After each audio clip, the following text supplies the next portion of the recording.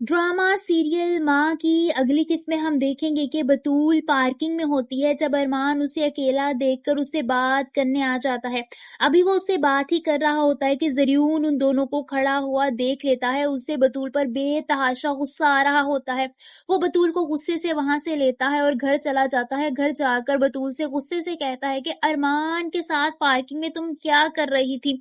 बतूल का बाजू पकड़ते हुए वो जोर से दबाता है और कहता है कि मेरी बात कान खोल कर सुन लो, अगर आइंदा मैंने तुम्हें अरमान के साथ देख लिया तो वहीं जान से मार दूंगा। ये कहते हुए वो बतूल को जोर से धक्का देता है, जो ज़रियून के इस बदलते हुए रवैये पर हैरान परेशान रह जाती है।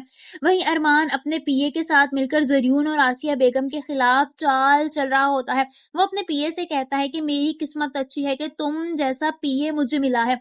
वो बतूल का नाम लेते हुए तंजिया सा कहता है कि अगर वो मेरी सुपारी किसी और को दे देती तो कितना बुरा हो जाता। यानी कि बतूल उसकी बातों में आ रही होती और यही तो अरमान चाहता था। वहीं दूसरी तरफ हम देखेंगे कि वसीम साहब विल यानी उस फाइल के बारे में ज़रियून से बात करते हुए कहते हैं कि ज़रियून तुम भूल रहे हो कि विल के बारे में बतूल को नहीं पता। अगर विल बाहर आ गई तो मसला हो जाएगा। ज़रियून अपने बाप की बात समझता हुआ सर हिला देता है और दिमाग में कोई नई चाल चलने लगता है। उसे जल्द अज जल्द बतूल वाला ये मसला हल करना होगा, क्योंकि बतूल से उसकी शादी का मकसद सिर्फ और सिर्फ यही था कि वो दौलत पर कब्जा कर सके। वहीं नरमीन और उसकी बेटी अब भी राहा के पीछे पड़े होते हैं, यहाँ तक कि नरमीन एक बार फिर राहा पर हाथ उठाने लगती है, जब राहा गुस्से से उसका हाथ रोक लेती है और फिर उसे गुस्से से कहती है कि अब अगर इस घर में किसी ने मुझ पर हाथ उठाने की कोशिश की तो ये हाथ उठने के काबिल नहीं छोड़ूंगी।